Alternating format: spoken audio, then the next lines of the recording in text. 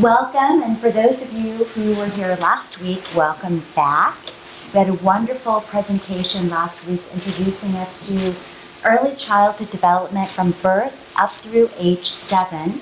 We talked about the 6-year-old change, we talked about first grade readiness, and we also talked about determining readiness for first grade.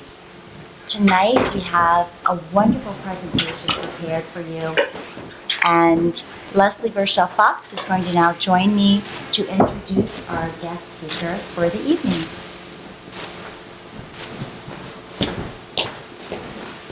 Good evening. So I have known Elizabeth Hall. I was counting the years. I think it's 15 now. We began teaching together in Baltimore. She came to our school there and took my second kindergarten. I was moving up to first grade, and I was just so happy to send her a third of that class, I guess it was about a third, whom she still has contact with. It's just wonderful. So she took that class through the 8th grade, and then she fortunately roped her over here into Green Meadow. She arrived in 2006. Yeah. So Elizabeth has, she has a bachelor's of arts in Spanish and English literature. I didn't know Spanish too. Yeah. With a minor in art history from Earlham College. And then she received her master's in education from Antioch in New Hampshire. And she also has a Waldorf teaching certificate. And she also has a diploma in curative education. She worked for many years in the Camp Hill schools in Pennsylvania. And I would say not only is she a master teacher, but she's also a master weaver of the many aspects of the temperaments and constitutions and qualities that all of these beautiful children bring to a class teacher. She's now the chair of the lower school section, and she is a most wonderful colleague. And I am so glad that she decided to leave Baltimore when she did and come our way to Green Meadow. We're very fortunate to have her. So welcome, Elizabeth.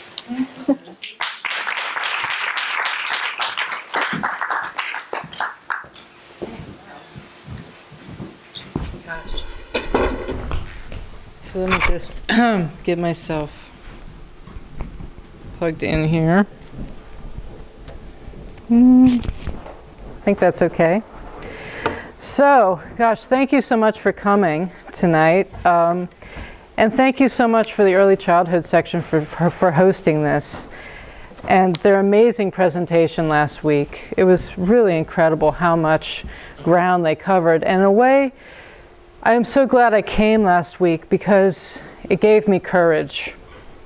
When I saw that they were able to cover this ground of 0 to 7 so beautifully in such a short amount of time, it made me think, well, maybe it is possible to talk about the lower school, to talk about these years of 7 to 14 in about an hour. So I'll see. I don't think I can do nearly as well as they did last week, but I hope I can at least give you an overview, anyway, of what's ahead.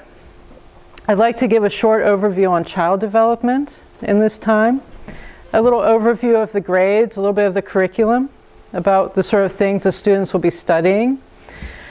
I'd like to spend a few minutes on what is unique about Waldorf education in the lower school. Some of the things that I, as a Waldorf teacher, really enjoy about the curriculum. And then finally, I'd like to end with just a little snapshot into the first grader's day. What's their day like? What's their year like? And so, sure, great. So before I go any further, I just want to mention about the pictures and just about my biography here, is that I did take a class 1 through 8, and then when I came to Green Meadow, I became sort of a relief pitcher. And so I started picking up, I picked up a class in 4th grade and took them through 8th grade, and that's the current 10th grade. And then I picked up a class in 5th grade, and we're in 6th grade together now. And so I haven't been in 1st grade for a little while. But as the lower school chair, I work very closely with the 1st grade teacher. And many of the pictures that you'll see here, most of the pictures here actually, I took probably about the last week. I went around the school with my iPhone and just took pictures of what I saw. I took pictures of the 1st graders doing things. I took pictures of main lesson books. I took pictures of just little moments here. This is the 3rd grade with their coats. Just so the pictures aren't perfect, and I'll do my best, especially in the last part in describing the 1st grade. I guess before I jump in, I just, just being in this room, when I think about the lower school, I think you can actually learn a lot about the lower school just by being in this room. I mean, this room is such a place for community.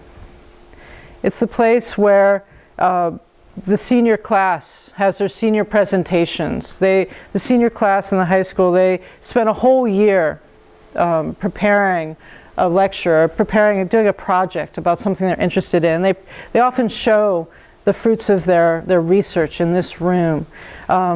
It's a place where we have sort of community gatherings, like the cafe at the fall fair, or the winter garden is often in this room.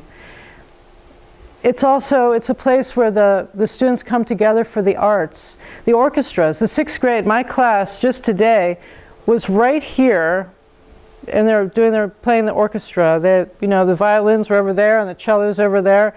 They were together here playing. And the high school chorus will often come in and sing here. But I think that, if these walls could talk, I think the thing that would really hold the most memories are the plays. We have every class in the lower school performs a play. The 1st grade through the 8th grade. And just standing here, and we're right at the beginning of the play season right now, where almost every 4 weeks, 3 or 4 weeks, another class is going to perform a play. And I'm thinking back to last year. At the end of the year, the 8th grade performed the Magic Flute with the Queen of the Night and everything. And the seating was all here, and the stage was up there, and it was full. Every performance was full. And in the mornings, all of the school children, all of the lower school children come. We come to all the plays. The 8th graders come to the 4th grade plays and the 1st grade plays, and the 1st graders will, of course, come to the 5th grade plays and the 8th grade plays. We go to all the plays. It's something that we all love. But the Magic Flute, the 8th grade play. So during the morning, all these children come, and then they generally go home and beg their parents if they can come to the evening performance. And the evening performance for the 8th grade play is always packed. I mean, it's standing room only. You can barely come in. You can barely get through the door. And the children, sometimes there's not even seats for them. Sometimes they're just on the floor. And they'll just be sitting there like with their little, their chins in their hands, their elbows on the edge of the stage, looking up at the 8th graders, which is so much love, just looking up at them. And I know that the 8th graders perform so much better with those little ones just down before them. And then the whole weeks, the weeks afterwards, the 1st graders and 2nd graders dressing up like Papageno, or you're going to be the Queen of the Night and I'll be Sarastro. They're acting it out and begging all the teachers to teach them the songs and wanting to perform scenes for the 8th graders. But it isn't just that one way, it's the other way too. You know, the last play of the year is usually the first grade play. And it's, you know, it's usually in a circle, and it's usually a little story like the Little Red Hen or something. And the children have little chicken out costumes. I mean, it's just cute, right? It's so cute. And the whole school, I mean, second through 8th grade, they all come. And they love the first grade play. And you can just imagine, if you can just imagine all of the school children just sitting in the audience, and the first graders up on the, on the stage. It's usually in the eurythmy room. And just the love that's coming towards them from the students as they are just pulling for those first graders, come through this play and celebrating with them, and also remembering back to when we did the Golden Goose in first grade, or Little Red Riding Hood or something, and remembering back to their plays and what it was like for them when they were in first grade. And so there's this community and this sort of shared memory that we have in the lower school, and this room really brings that for me. It doesn't seem like much, but I'm just looking at, here's like 7th grade props. The 7th grade is going to start off our play season, and they're going to be doing 12th night, I think, next week. Oh my gosh, right? And so it's just all around us, this sort of magic. It's real magic of the lower school. I think I said it at the Thanksgiving assembly. I have the best job in the world because I get to work with the children in this school. I love it. So I wanted to spend a little bit of time talking about child development and these years, especially from 7 to 14. It's a really huge period in the child's life. It might not be quite as dramatic in some ways as 0 to 7. I mean, imagine what a child is able to do between the years of 0 to 7, from being able to focus their eyes, to being able to use their hands and legs, to stand, to talk, to learn how to run and to draw and paint, and all of these things that the children are able to accomplish, that begin to accomplish in those first years that we heard about last week. It's almost like in these years 0 to 7, the child is really making their body a home, that they're learning how to be at home in this body, how to really use it, to grow into those hands that Andrea so described. And in the years 7 to 14, we're really looking at the child becoming more at home in the world, sort of a citizen of the world, and learning how to stand more independently within it. They're beginning to really have to negotiate this feeling life inside of them. We call it the soul life, this world of likes and dislikes and sympathies.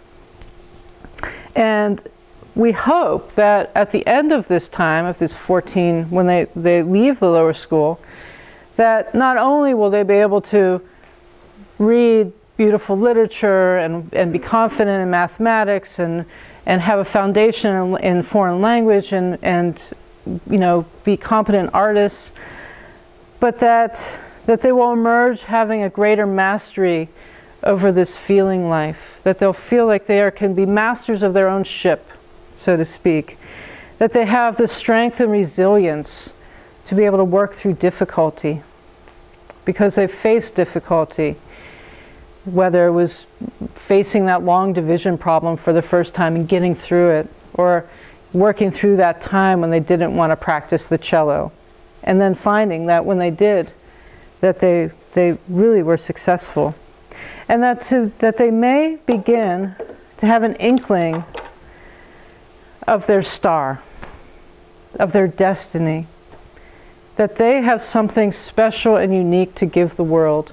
And they might not know what it is yet, but they'll have a sense of it, that they'll have a sense that when they leave the lower school, that they're really about to embark on a journey, this journey of finding what they want to give, what they want to bring to the world.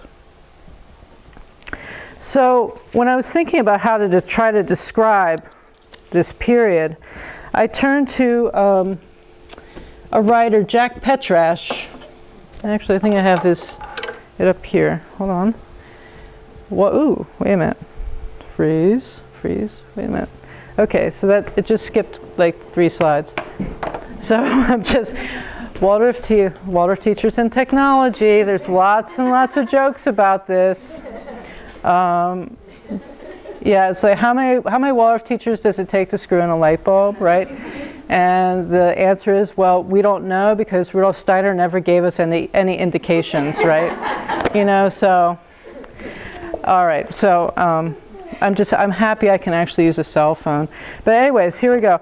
So Liz actually put together the slideshow. Yeah, so okay, don't look, you're fast forwarding. No, okay. Okay, so anyways, I turned to this author, Jack Petrash. He wrote this book, Understanding Waldorf Education, Teaching from the Inside Out. But also he wrote this other book called Navigating the Terrain of Childhood. And I'll just have these here. But it's Jack Petrash, who is a class teacher in Washington, D.C., and I think he's on his 4th class right now. So in this navigating the terrain of childhood, he describes the journey of childhood from 0 to 21 as a cross-country trip, as a cross-country road trip. And so we meet the child. Okay, so did you take my clicky? Okay. I was going to say close slide. Okay, so I just want the next, if I can just have the next slide. So he treats it as a no, why is it that slide? I guess, okay. Sorry, it's all very well organized. There should have, it's, okay. I want to see the United States. So, but maybe it's not, there it is, okay. Oop. Okay, it'll go. Okay, so I want the United States just as a painting. This is a 5th grader's painting of of North America. So, if we think about the child at birth, just very quickly to recap, the child sort of emerges from this mysterious watery realm, and we meet the child on that sandy shore, on that shoreline that's not quite Earth yet. It's sort of not sure if it's going to be part of the ocean, the underwater world of the ocean, or if it's going to commit to land. And so if we imagine that we meet the child on the shores of the Atlantic and have this period of time where the baby is starting to become used to being here, and that we're starting to become used to having the baby, and that there's, you know, all the rhythms of sleeping and eating and all those things that are first sort of new. And at first it's a little bit like the swamps. He kind of shows this, talks about the salt marshes, that we're sort of in this in-between time, but that eventually the rhythms and the routines set in, and we're on solid footing on this coastal plain. But there's mountains ahead. There's hills and mountains ahead. And Lisa last week spoke about these sort of 3-year intervals, and that 3-year time that we sometimes see 2 to 3, the terrible 2s, this time when all of a sudden, you know, me want or no, you know. And so Jack talks about that as sort of coming into the Appalachian Mountains. It's sort of that first, whoa, you know, this first sort of meeting with the child in this way, sort of first crisis point. But then we come over those mountains and we come to these rolling hills of Kentucky and Ohio until we come to our next sort of 3-year moment, 6 and 7, the Mississippi River. Now, if you're in Quincy, Illinois, it's not so different from Davenport, Iowa, if you're on the Mississippi. You have these sort of flat expanses on either side. But there's a psychological shift that takes place when we cross the Mississippi River, if you've ever driven cross-country. And in a way, it's sort of what happens with us. For the children, I mean, many of us can still maybe remember going into 1st grade. And if you ask the high school seniors, they'll remember 1st grade. And it's for us too. I mean, we have that, there's often this moment, and we just can't help ourselves. When we see our child going into 1st grade, there's often this moment of just melancholy, sort of weeping that kind of comes over, at least comes over me, where I'm thinking, oh, today first grade, tomorrow college. You know, there's sort of this moment of we're crossing something and it's never going to be the same again. And there is that crossing. I mean, the reality is today first grade, tomorrow first grade, right? You know, it's really, I mean, that's the reality of it, right? But there is this feeling, and there is this crossing that happens. But when the child does cross that Mississippi River, he or she crosses and is now in the Great Plains, the sort of wide expanse of childhood. These plains, these golden plains that go on forever, and the wide blue sky. This endlessness. And, you know, you can even think about with time. I mean, for a child to say, you know, it's Saturday, that means I get to be with you, with mom and dad all day. I don't know if we remember all day, that feeling of all day. Grandfather will be here all day, you know, that feeling. And that one's birthday is just, you can't even see it. It's so far away. It's just, or even next week, you know, or Saturday, you know, it's like so far away. This wide expanse, and that this period of time seems to go on forever. But we know that it does change. And so if we take the northern route anyway, we come to another river, the Missouri. And there we're starting to see some more hilly country coming. When we cross the Missouri, we know that we are leaving those wide expanses behind. And we're starting to come into hills that will eventually grow to be the Rockies. And for the child, this Jack kind of equates with the 9-year time. This time when the child is really leaving behind those wide open plains and coming into a different awareness of themselves, a sort of a self-consciousness that comes over them. There's often at this time, as they're sort of leaving these plains behind and looking ahead at what is coming, there's often a sense of fear or loneliness, sometimes boredom. This is often a time when really strange questions come, like, am I adopted?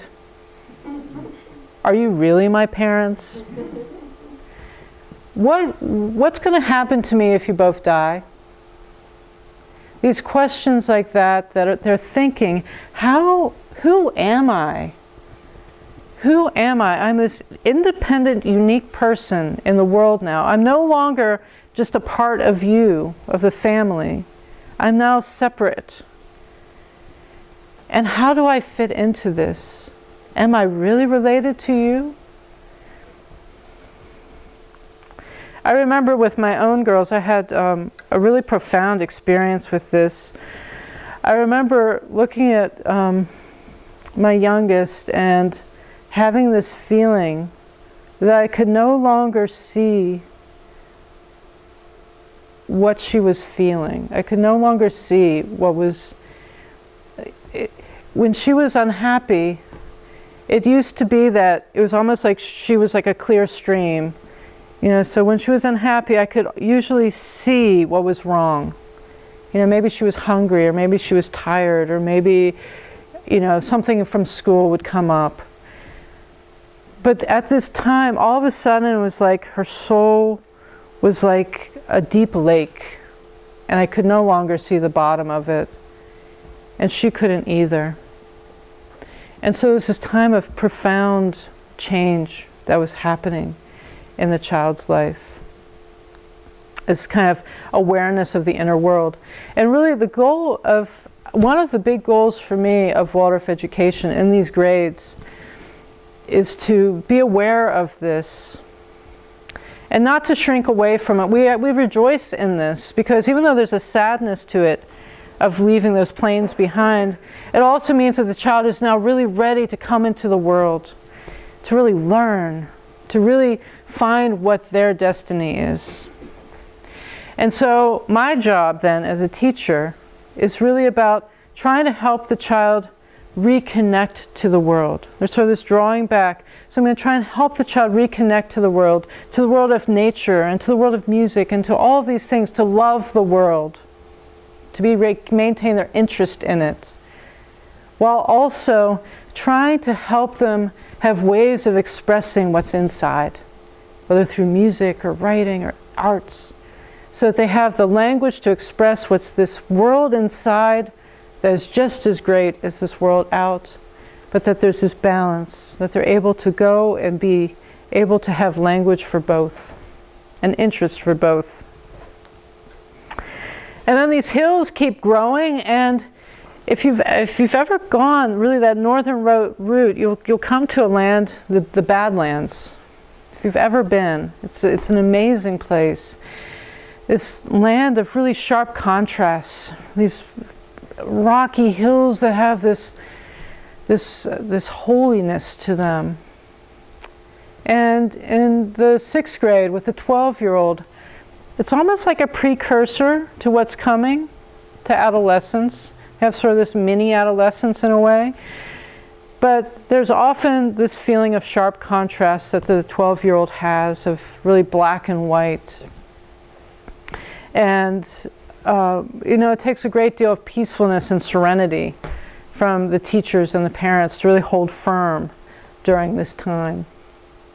And then, of course, we keep moving west, and those icy, jagged peaks of the Rockies are growing up in front of us. And of course, this is adolescence. You know, these are the teenage years, the boiling, stinking sulfur pits, the wide deserts. But there's also fields of wildflowers and amazing vistas, and the smell of spruce and pine in those mountains. And so there's difficulty, but there's also wonderful, wonderful moments. And there, as a teacher and the parent, we have to stay so focused, keeping our eye on the North Star to guide us through, and to stay firm as our children, our young adults are going through this difficult time, kind of scaling these mountains, crossing fault lines, and then finding their way finally to the Pacific, where we're always with them, but they start to make their own way. So, how does the school accompany the child on this journey? So we've heard about that first part, how the school accompanies them kind of across the Appalachians and up to the Mississippi. And now we've got sort of the Mississippi to the roots of the Rockies, to the roots of the Rockies. Okay, thank you, Vicki. So we as a team, we in the lower school meet the children at that Mississippi River, so to speak. And because those first 2 grades are really, I'm not looking because it's way up. Okay, so because those first 2 grades are really in these open plains of childhood and still have a lot of similarity to the terrain that came right before, we try to honor that. We know that there'll be some similarities a little bit to the early childhood, a few, but we still need to help build the muscles that they'll need to be able to manage those hills and mountains that are coming beyond. So in the first year, in 1st grade, the teacher will use fairy tales from around the world and nature stories to guide the children into the world of school, where they start to begin to learn many of the things they're going to need to know to become real citizens of the society. We begin with form drawing. Often on the first day of school, the teacher will say everything in the world is made up of straight and curved lines. And the children then will draw their straight and curved lines, and they will make them out of beeswax, and so I have some of those there. And then they'll start, you can go on, they'll start to, we got a lot of straight and curved lines here, the beeswax, right? And then out of these straight and curved, we start to make letters. Now, the letters, as you see, that there was a story told. We have a dragon, and that the dragon has the D in it, and so there's sort of a pictorial symbol that goes with it to help with the sound of the D. And as the first graders will go through the year, they'll go from the form drawing to the letter to words to sentences. Reading, learning about the word families, and continuing this work throughout the year. In math, we usually start off with something called the quality of number block, where we talk about what is 1, what is 2. 1, in some ways, is the largest number in the world.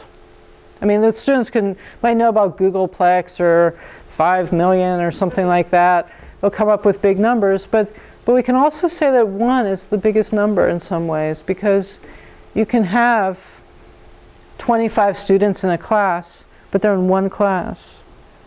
And you might have 350 students in the school, but it's one school.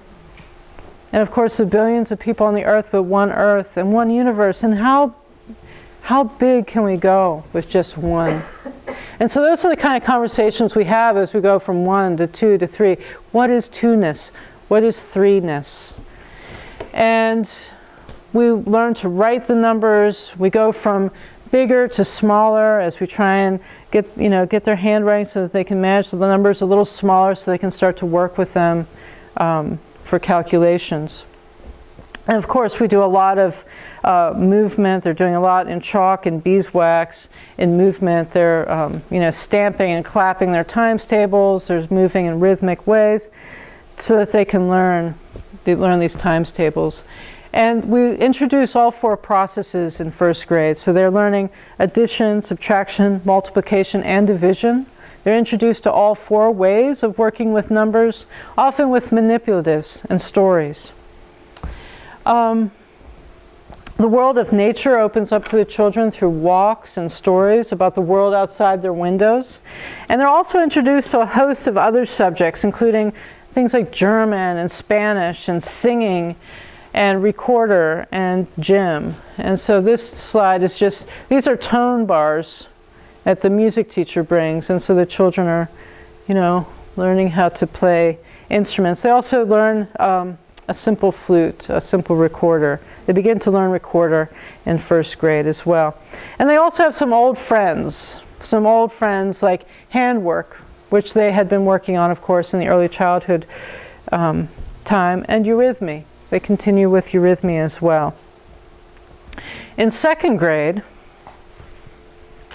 the sentences grow to a paragraph. They work with word families, continue. They start to add and subtract in columns, multiplying by a single number, borrowing and carrying, and very simple division using a single number as a divisor. The children in second grade, as they're heading towards the Missouri River, are hearing stories about animals, about fables, often tricky characters, maybe motivated out of greed or maybe not the highest virtues.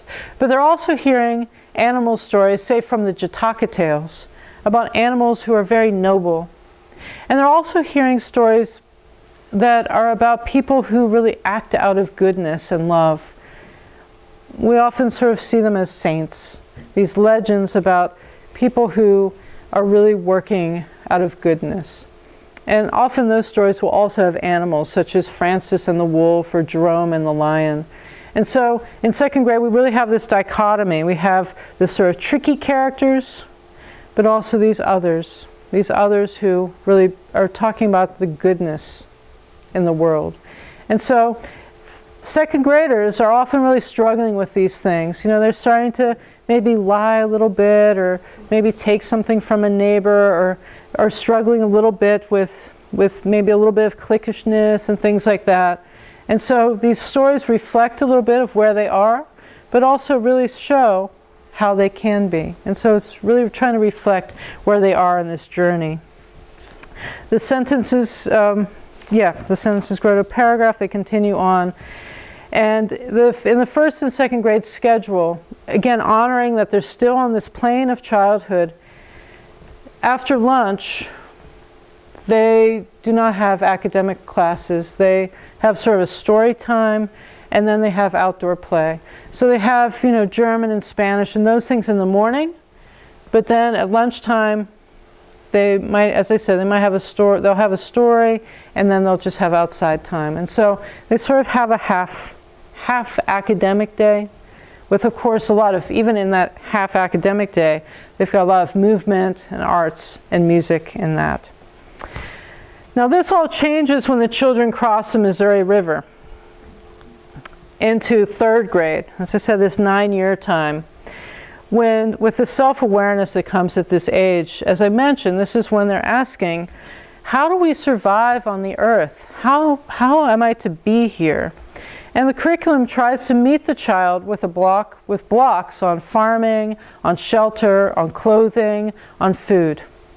So the children learn how this is done in the world. Math continues with more difficult addition and subtraction, often going into long multiplication and division, and time spent with working with measurement and telling time. And in a sense, like learning how to tell time is in a way a real picture of this 9-year period.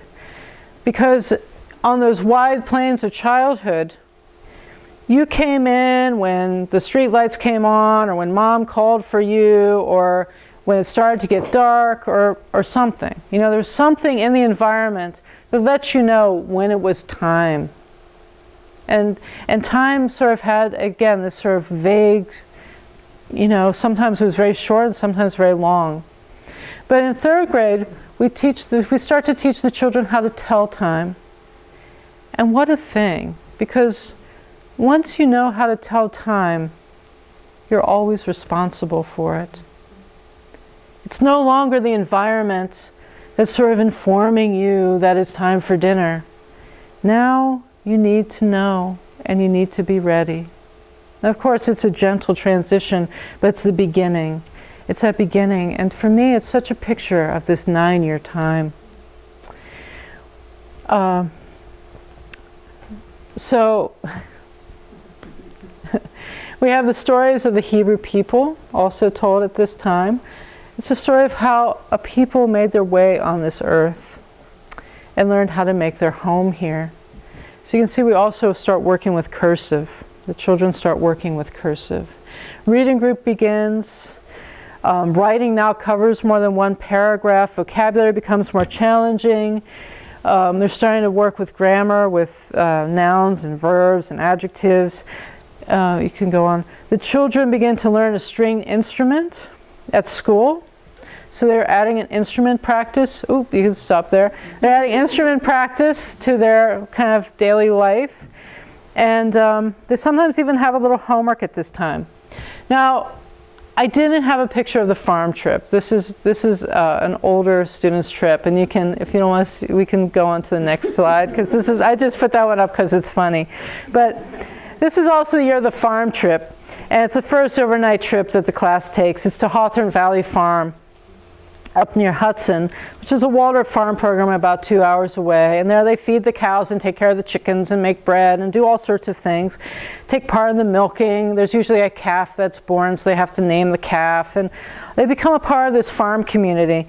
And I just want to say that after this year, it's sort of traditional in our school that each year after that the students take an overnight trip for 3, 5, sometimes even a little bit longer. So the previous slide showed students taking a few nights on a schooner.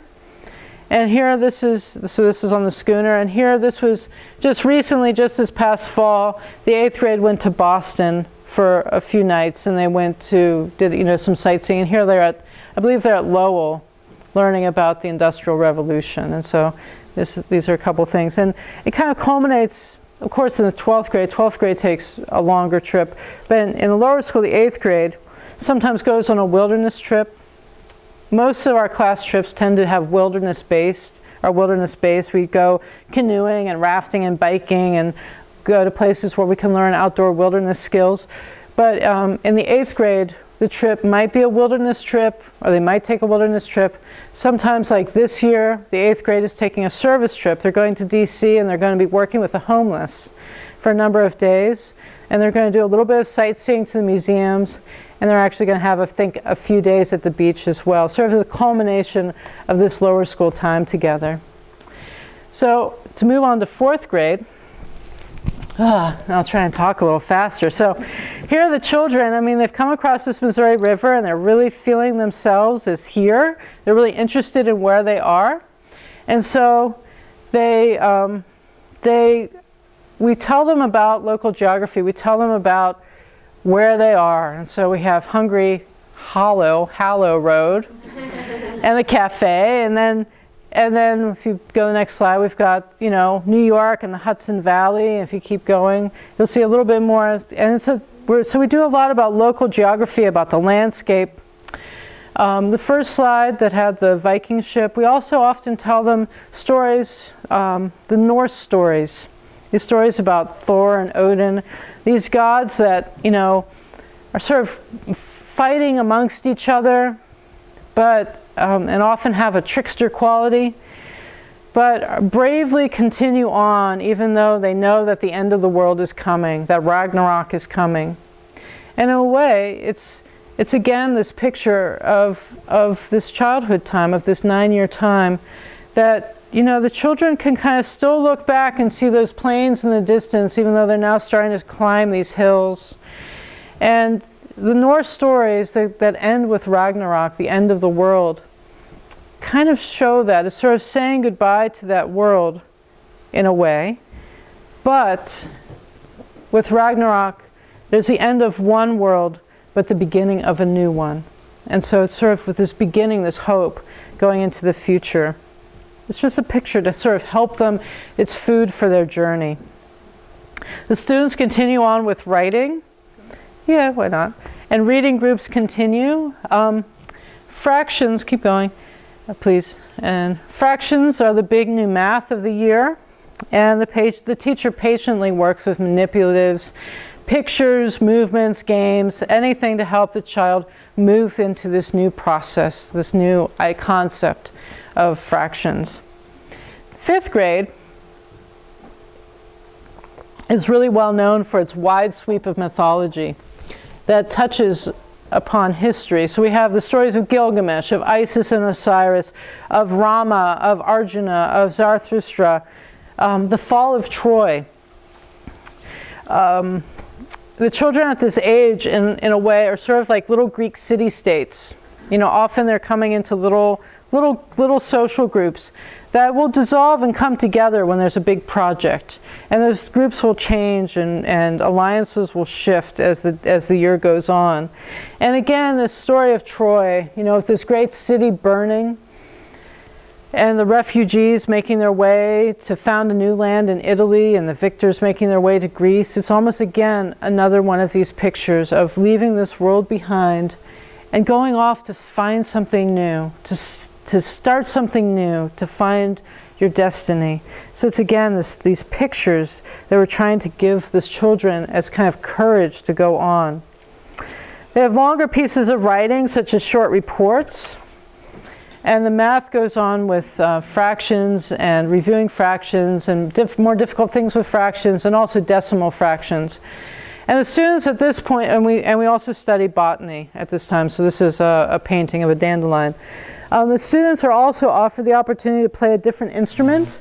So up until this time, they've been practicing with stringed instruments, and at this point they can choose. They can go to clarinet or percussion or trumpet, you know, all these, one of these things. Often parents are like, could we please have them stay with violin, because trumpet, I don't think it's going to work with my household. The year ends with the Greek pentathlon, where the students travel to Great Barrington Steiner School, and they throw the javelin and the discus, and they run and jump and wrestle with other Waldorf students from all over the area. I mean, some come as far as Quebec to come to that event. The sixth grade, okay, these are fifth grade geometrical drawings. These are form drawings, and this is, remember that straight line and curve? We continue on with form drawing throughout the grades. This is something really special about Waldorf. And up through grade 5, these are all freehand. So there's no compass, it's all eye as they learn to just weave. And these are actually fairly simple ones. And this is just a writing about the Great Lakes. The fifth graders, their geography is about North America. And they also do a little bit, I mean, obviously they'll do a lot about the Middle East and Greece. So now we're in sixth grade. So in sixth grade always feels a little bit different. We're at that Badlands time, that 12-year time. In our school, they're the oldest class on the upper hallway. So we have a nursery, a couple kindergarten, and then 1 through 6 are all in this upper hallway, and they're the oldest class on the hallway. And their schedule is different. They actually follow the high school schedule, so they have 3 periods in the morning instead of 2 after main lesson. And they also now have some other subjects like woodwork, gardening, clay added to their schedules. And they also often have a designated math or language arts teacher, depending on the teacher in the class. Main lessons in sixth grade include Roman and medieval history, geometry, and now these drawings are all done with compass and ruler. Physics, astronomy, business math, and geography. So these are just some sort of examples of some sixth grade work. There's Italy, they're studying Rome, and that's my blackboard drawing. Our geography this year is going to be Europe and Asia. And this is, we studied magnetism this year in physics, so this is just a picture of a magnetic field. And in physics we looked at heat, so that's sort of. So now I'm going to move on to seventh grade, where the students move downstairs in our school. So downstairs we sort of the downstairs, I sometimes call it the dungeon down there, but it's in some ways, in the younger grades, the environment really feeds the child. There's something about just the environment. And so the first grade room always is beautiful. And if you have a chance to peek into the first grade room, Ms. Gilbert has such a beautiful, beautiful room. And it's important in the upper grades to have beauty in the classroom. Order is almost more important. But it's almost as if they don't need as much in the upper grades because they're so interested in each other. This is when they're really interested in things like playing basketball together on teams, and the dances start and all of those kinds of things. And you just see them just together, outside together so much. So in seventh grade, we have the 7th and 8th grade basketball teams and soccer teams and track teams and all of those. And that culminates in a tournament in February that's coming up, where teams from all over come here to play. And so it's this tournament that takes place over 2 days. And again, kind of just like with this room, there's so many plays. The whole school goes to see these basketball games and just cheers the players as they run up and down the court. It's really quite something to see. So 7th graders have moved down to the basement. Algebra officially begins. They've had a touch of that in 6th grade, and it begins. And so this was the teacher's sort of introduction to algebra, and it's talking about the Fibonacci sequence here. In history, they come through the Renaissance. Oop, that's Genghis Khan. Some of these are blackboard drawings that the teachers have done, like I did the Genghis Khan one, but the drawings on paper, that's student work in the main lesson books, and they come into the age of the Renaissance and the age of exploration. And if a student at this time, it's about sort of a shift. And this is someone's writing about Christopher Columbus. So you can see that it's really kind of a more extended piece of writing over a number of pages with illustrations. So you can see that it's a longer piece. You can stop there though. So the students have this feeling of kind of going, of kind of pushing away this medieval thinking and sort of pushing away their parents a little bit. All of a sudden we're medieval. And they want to see, they want to look at the stars differently and the world differently, and they want to seek out new places. And so we have the stories of the explorers, and of course these people of the Renaissance, people like Galileo, who started to see the world differently. And we have main lesson topics in, in physics, in physiology. So this is just a painting of the heart. We have in physics, and so all of these things are things that the students would have done and talked about in class. So this picture of lifting a car, a 1995 Nissan Maxima, is actually happened. That they actually did that. That they're working with understanding the lever and then coming to the mathematics of it together in physics. And then we also have chemistry. In 7th grade we start chemistry. We're looking at how processes happen. Now in 7th grade we also, with Renaissance, often there's a long play. They usually do a good sized play, and this year they're doing Twelfth Night. And so there's Shakespeare looking a little bit cheeky. And again, we'll be seeing Twelfth Night here. And the next slide is just a picture of the costumes coming together as they're trying to get ready for that and wrestle with the language of Shakespeare. Finally, 8th grade, the last class in the lower school. There the students are learning geography. So the teacher here is preparing a lesson on Africa. They're continuing their work with English, reading. With Africa, they're reading a story like The Wind by Vanderpost, but sometimes a teacher will have them read A Tale of Two Cities or something like that. So they're working with geography, with English, world geography, talking about issues, current issues. Physics, right now, they're in a physics block, and this is part of a telegraph that's going across the room, a two-way telegraph that's going across the room. And so they're learning about things that, they're learning about electricity, they're learning about how circuits work, they're learning about how a car engine works in physics. And in chemistry, they're learning about how their bodies use food.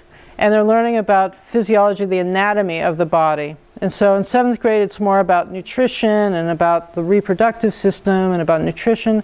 In 8th grade, we're really looking more at the bones and different kind of systems. So, and one thing that's, if you can keep going, so we've got the cell, and always, trying to go back to what is beautiful. So inspiring them with the pictures of the old masters. Now if you back up a moment, as a class teacher, because you're with the students for a period of time, you can often kind of delve back. So if you remember, if you can go on to the next slide, you'll remember that we were talking about straight lines and curves. Well, as a class teacher, you can, in 8th grade, you can talk about the human skeleton, talk about straight lines and curves again.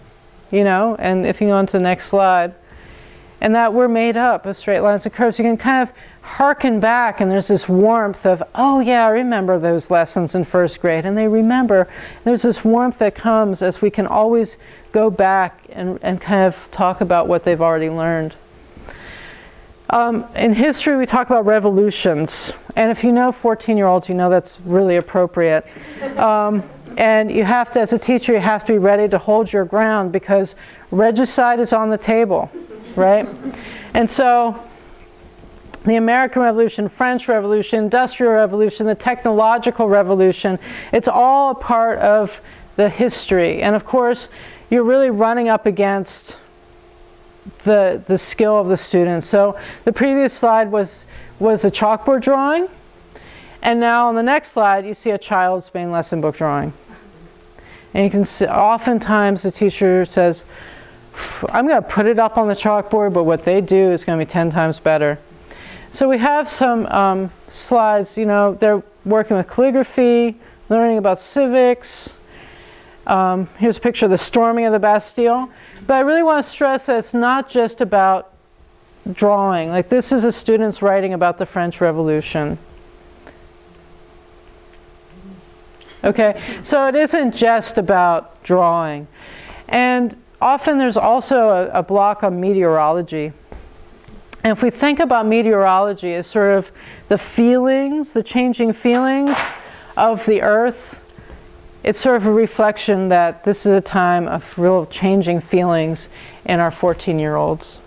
And learning how to predict, you know, predict those storms, and that storms actually don't hurt the sky. The clouds may change, but the world continues.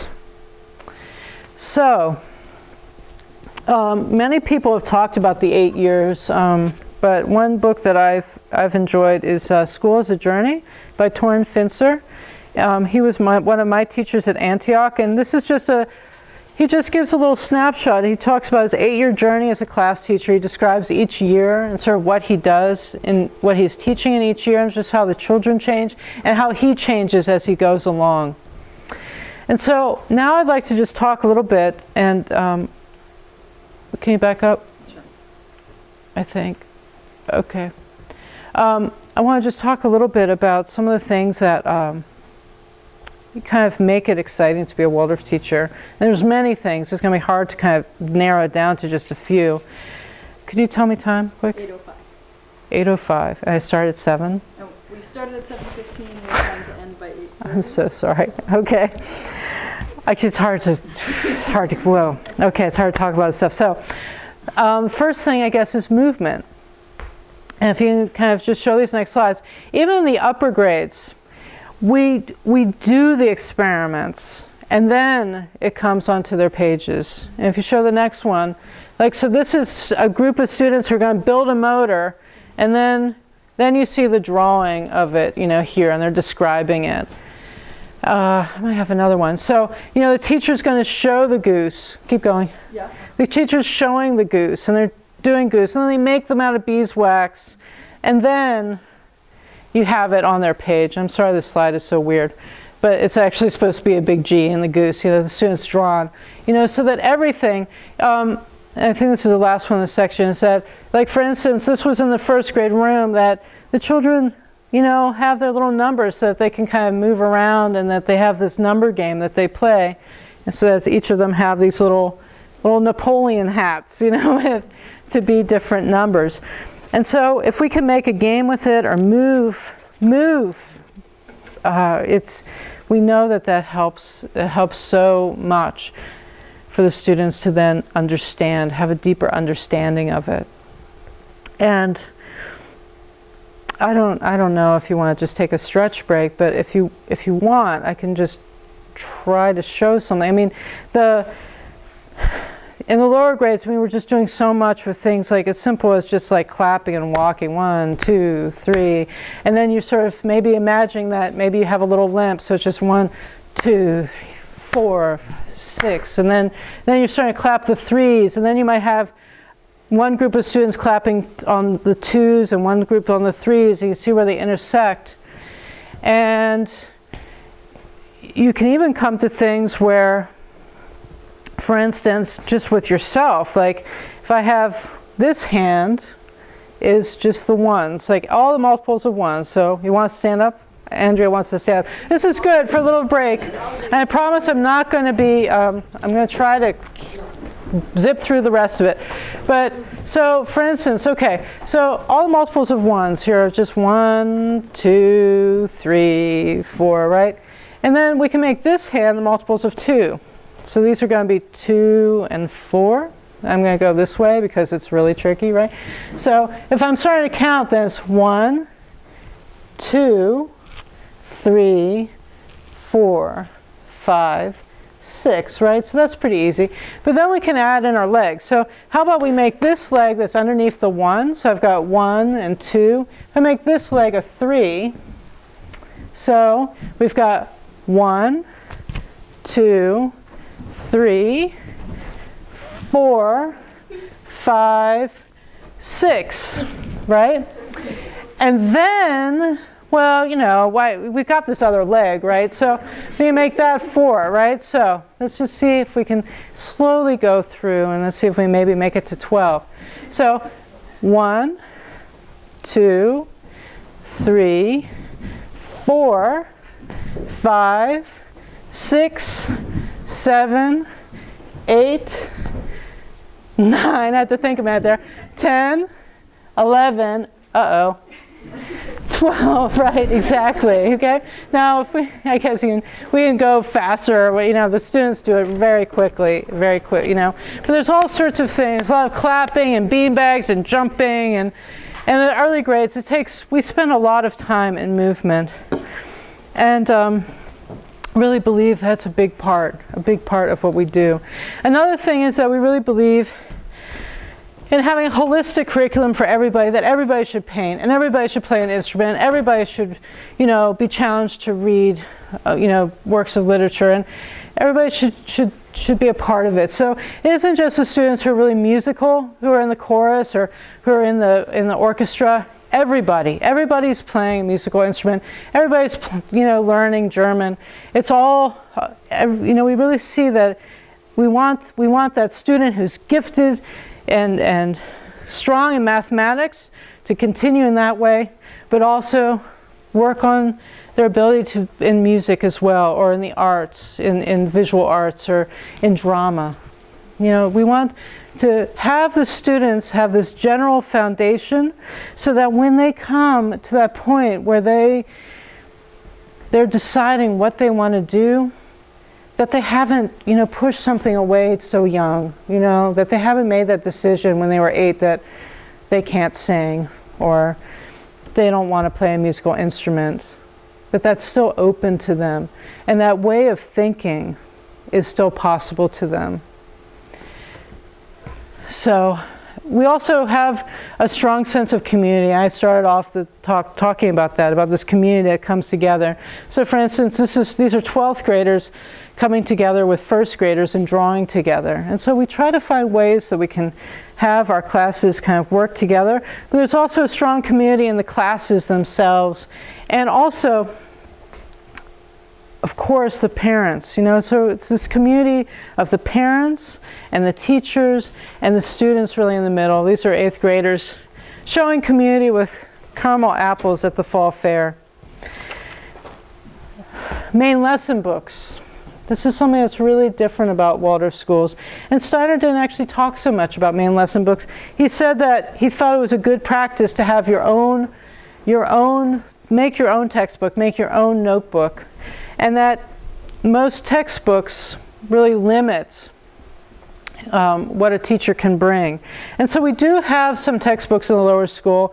We might have grammar workbooks or math textbooks, but much of what we do is the teacher giving information or the children doing some research, and then the children doing their own books, their own books. And we've seen a number of examples of these main lesson books that go from these things. That's a 7. I'm sorry, I got cut off. So there's 7 colors and like the 10 of your fingers.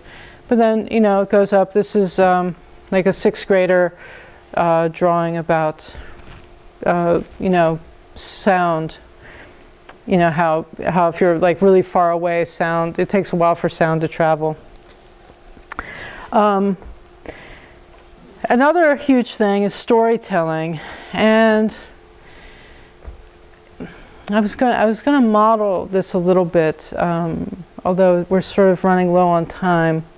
But I was going to tell a little bit about maybe how I present the bee to the 5th graders, and I could do just a little bit, but I don't want to go too far. Because it's almost 8:15, maybe I'll skip it. But storytelling, I'm sorry, maybe if we have time at the end. Storytelling is really a huge part. So that we're not just saying, the bee has, you know, these amazing eyes and fills its thorax with air when it flies. But we try to say, that into the air, the bee flies. It's, I can't do it right now. I mean, it's just, because I know that I have the time, but, you know, like unable to beat its wings fast enough to show the rapture of being there in that blue sky. 16,000 beats per minute, her wings pushing against the air. These diaphanous silvery wings that if they were not attached to her body, you could blow them as if they were just specks of leaf. And her wings so special. She has 2 sets of wings where you would think that just one wing, you know, one large pair of wings would be enough. But she has these larger wing with a smaller one underneath. And this is so that she can tuck them, have them fold perfectly on her back so she can enter the most narrow flower or the narrow hexagonal combs to put the pollen. And these even have hooks so that when she does spread them to fly, that they hook together so that they beat as one wing. You know, to continue on, to talk about, to really try to bring, in almost a story way, all of the facts and everything that we want to bring about the bee, to bring it in a sort of a story, in this sort of story way. And this is with history, and we do quite a bit with science. With science, we'll often bring biographies of scientists and things that they were discovering, and even in math. Even in math, we will find stories to help reinforce what we're trying to bring. So, first grade. If I can try and bring this home and talk a little bit about first grade. So this is like a little class of first graders, little cats that they, last year's first grade, I believe, made in handwork. The first grade year often begins with a home visit in the summer, where it's a tradition that the teacher will try in the summer or at some point over the course of the year to try and visit the family, to see, you know, to meet the child's pets and to have a sense of their room and what they like, to have that moment of meeting the child at that time.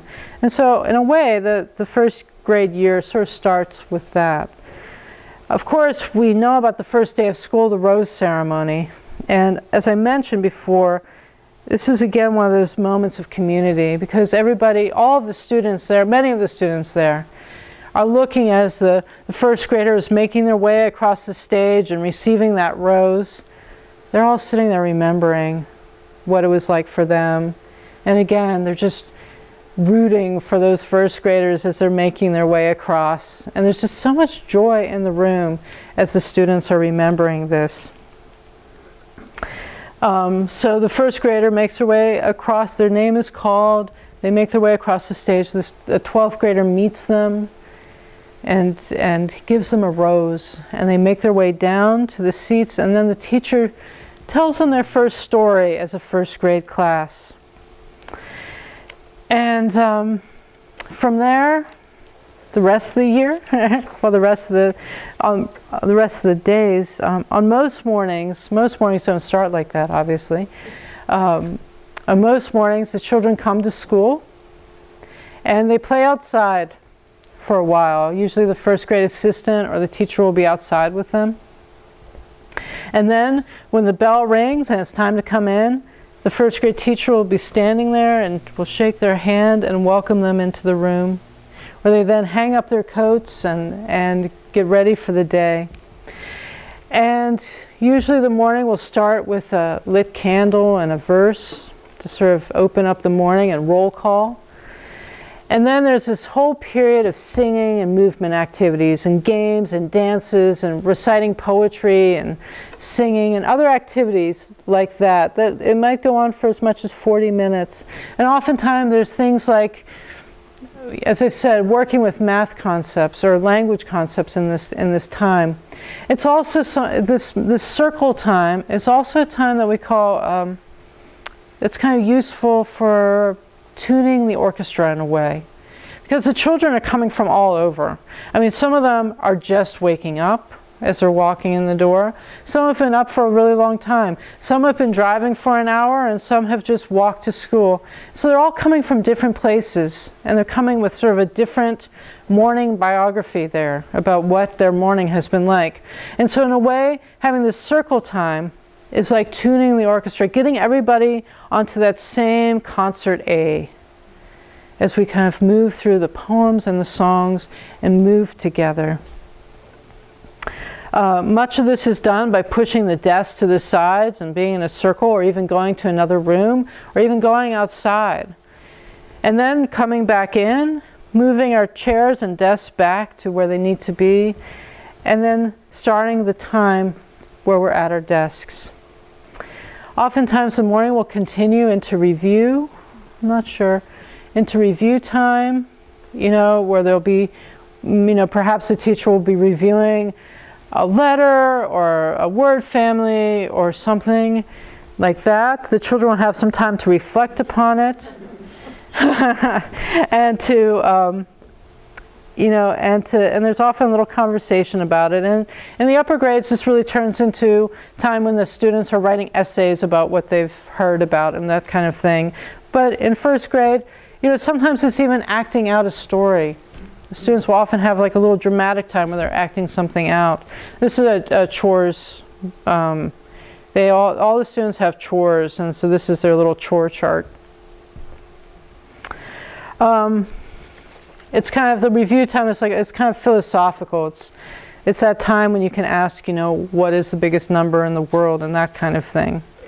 Then there's a period of doing, where the children are working in their main lesson books, or writing their letters in chalk and those kinds of things, making their numbers out of beeswax, solving math problems with manipulatives, maybe with acorns. Maybe the teacher's told a story about a squirrel who has to figure out how many acorns he or she can put into every hole, and like, how can you do this, and so on. And maybe, you've got 24 and you can only put 6 in each, and so how many holes, and that kind of thing. And so this is a time when the students are doing that kind of thing. And there's often time where they're working on their main lesson books as well. Then often comes the new material, and I'm not, stop. The new material where the teacher is introducing the new letter, the new word family, or the new math concept. And the children don't work out of that right away. They hear about it, and maybe the teacher does something with it, but then they go home, and then we come back the next day. We sort of sleep on it, and then we start working with that. So we really try to use the night in our work. At the end of the lesson, there's usually some kind of an ending poem or song, and then the children have their snacks and wash their hands, have their snacks, they go outside to play. Then there's 2 periods that are following that, and those could be German and eurythmy, or Spanish and singing, or different subject classes. Then there's lunch, where they, again, come in, wash their hands, and then they sit down for lunch. And this is often a time for conversation, where they're talking about how many teeth they lost, or what their pet did that day, or all sorts of things that come out in these little conversations. They love to tell jokes. This is a great joke time. And then they go out. And their recess time is they sometimes are up on the big playground, often in the afternoon, they're there.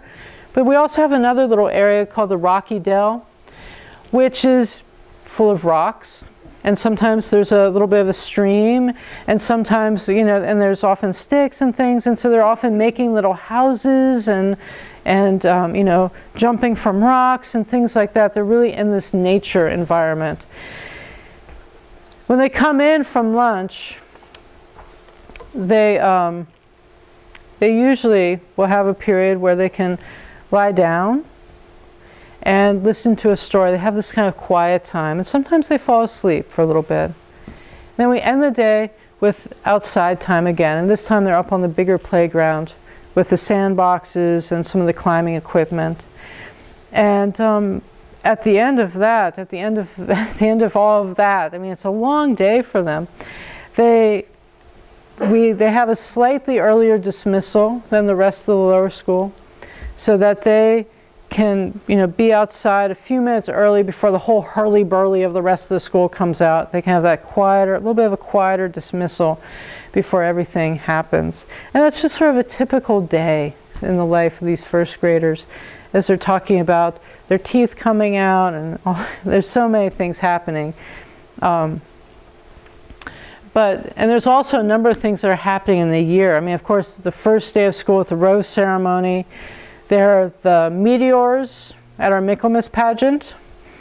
They love the dressing up for Halloween, and that's a big thing. They have this Halloween, and the first through third grade have a little Halloween parade where they go and they visit all the classrooms, and then they go to the high school. They get to go to the kindergartens, and they go to the high school, and the high school students love it. They love it when the first graders come through. They often start to maybe perform as a class, sometimes at Thanksgiving, usually at the December assemblies. And there's the winter garden, which is a really magical moment in the year. They dance at the maypole. They do a little German dance at the maypole. And of course, at the end of the year, there's this play that they show to the school, and the school just warmly embraces. And so there's so many things that are happening, from handwork to the drawing to all of these things, that it's a really full year for them, and a full day, a full year, and just the beginning of this journey through the grades. And so I hope that I've given you something. I'm sorry that I was a little bit too long. If you have any questions for me, we'll have a few 5 minutes of question and answer time maybe, but I have these books up here. I also have my cards up here. If you want to, you're welcome to email me if you have a question about the lower school or about first grade. I'm happy to talk to you and answer any questions that we're not able to here. So we have a few minutes, and I don't know if anyone has a question or if I've just talked your ear off. Yes? I'm wondering, so there's a different class teacher in first grade. How uniform is it versus how much is the teacher going to decide what to teach year to year? Like, if you're presenting what they learn first grade, second grade, third grade, is there a lot of difference from year to year depending on the teacher in terms of the material they're learning, or is it the same material? The material is largely the same.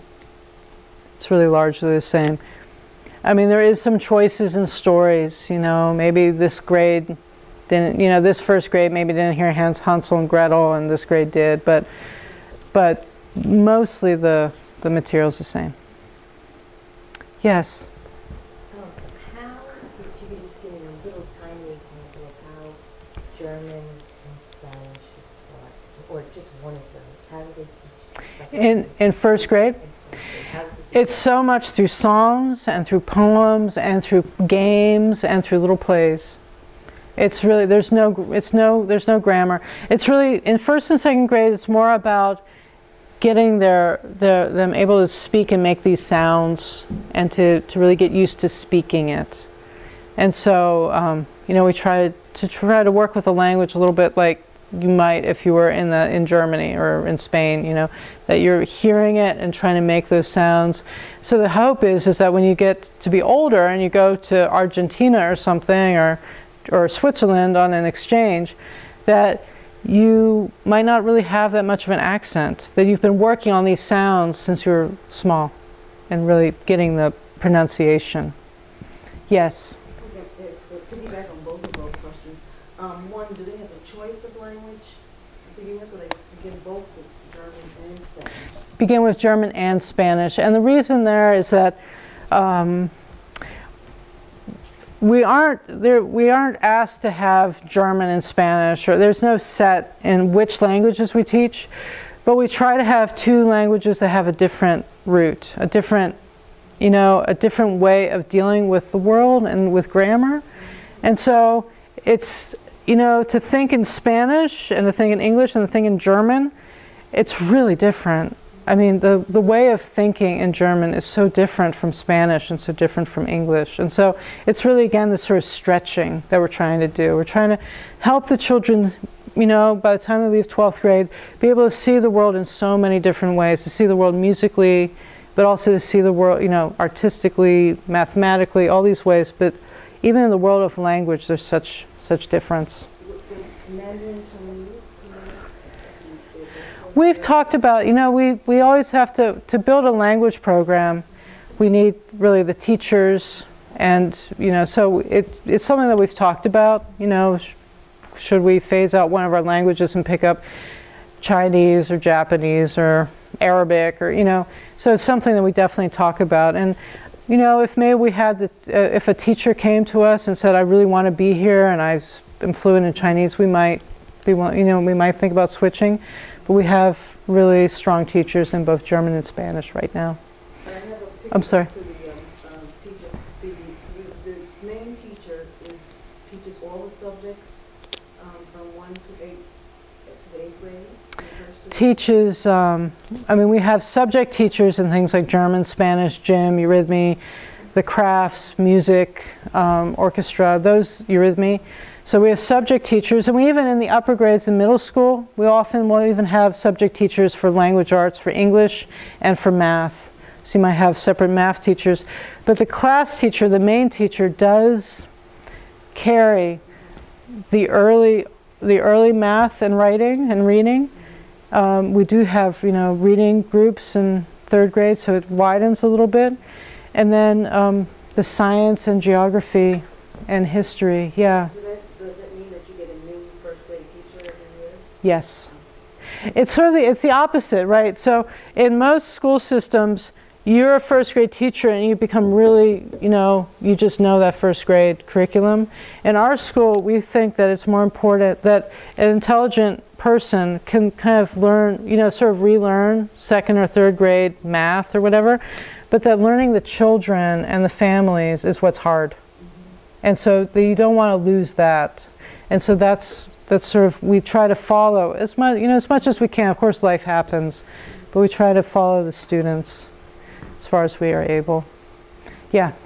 So, all right. So, question is, 1st grade, what are the hours? Is it 8 to 3 or 8 to 2:30? 8:30 to 3. Although they usually come a little bit early. You know, they'll come a few minutes, be 8:25 to Okay, so 3. now, how many days a week are they doing something like eurythmy or, let's say, music? Or how many days a week are they doing that? They'll do eurythmy once a week. They'll have their singing class once a week. German and Spanish are twice a week. Are these like half-hour programs or 1 hour? 45 minutes. Because what I'm wondering is, you know, there's this whole thing about in kindergarten with kids having rhythm, not having too much excitement, and having them, you know, to have one exciting day, you have another calm day to just neutralize them. And while I'm thrilled with it, like I want to go to 1st grade. But one of my things is isn't this like overwhelmingly a lot for 1st grade? Like, because they're doing rhythmic dancing, music. I don't know. I'm just thinking. Well, I mean, I think maybe for some it's, you know, especially at first. But if you think about it, there's 2 hours, 2.5 hours in the morning that's always the same. So at 8:30 to 11, you're always with your class teacher, and then you always have a half-hour snack. So that's kind of the same, and it has the same rhythm to it. So you have, you know, circle, and then you have, you know, the new thing, or however that day is, that part is structured. It's usually it's almost always just the same. It's new material, but the structure's the same. So there's that sameness. And that class teacher is really there all day, sort of being the glue in between all these other classes. And then you do have 2 periods. You might have German and say eurythmy that are different. You know, so Monday's schedule is different from Tuesday's schedule. But then, once you come through those 2 periods of, say, German and eurythmy, then you've got lunch. And again, there's your class teacher really there. And then you have this sort of this nap reading time, which is usually with a class teacher. Maybe once a week another teacher comes in. And then you have the same afternoon recess time. And so there's a lot of the same in the day. There's just these 2 periods that change. Everything else is pretty much the same during the day. I mean, unless there's a play or something, but a little bit of difference is nice. Elizabeth, can I just clarify? Children are dropped off earlier than the Yeah. bell rings. Yeah. There is someone who's outside supervising them during playtime. So we have buses that are arriving sometimes before 8 o'clock, and then there are children who are walking and arriving to schools early. Right, so we have outside supervision starting at 7:45, and children will arrive so that they can come and play as early as that. And then, so the official school day doesn't start until the bell rings about 8:25. But some of them love that playtime just as much. Yeah. Say something about the first grade, is that okay? Sure. And you should know, our daughter's now in grade 2 and we're down in kindergarten, and we were new to the school last year. But there's something really incredible about the rhythm and of first grade and something. I didn't think about it. But there's like this inhale and exhale between the main lesson, and then you have you have your snack time, and then you go, and maybe I don't remember the exact progression, but there are these times where they can go and they can take a moment and they can have a snack, and then they go and they learn German, or then they go do something else, and then they have lunch, and then they have recess, and then they have rest. And so there is this kind of like inhale, exhale, but there's downtime. You know, it does seem like a lot, but there's healthy downtime. And even in the classes themselves, so the German teacher won't just be, you know, dance after dance after dance. There's times where they sort of have it, you know, there's like the active part, and then there's kind of a quieter part in every lesson. So we try to, yes. I just want to see if I heard this clearly. In first grade, they go from forming the letters to sentences by the end of first grade? They'll be working, I mean, it depends a little bit on the class, but they'll be, you know, usually working with at least simple sentences by the end of first grade. So, as I said, please, you can always talk to me on the white top or email me if you have a question. I'm really open. I love talking about the lower school. Yes? Do the teachers teach in Spanish? I mean, do they? Yes. It's all in Spanish or all in German? No English at all? They largely, I mean, they will come into English sometimes just to help everybody understand what they're saying, right? But they're fluent. We're talking, yes, yes. So, all right. Okay, thank you.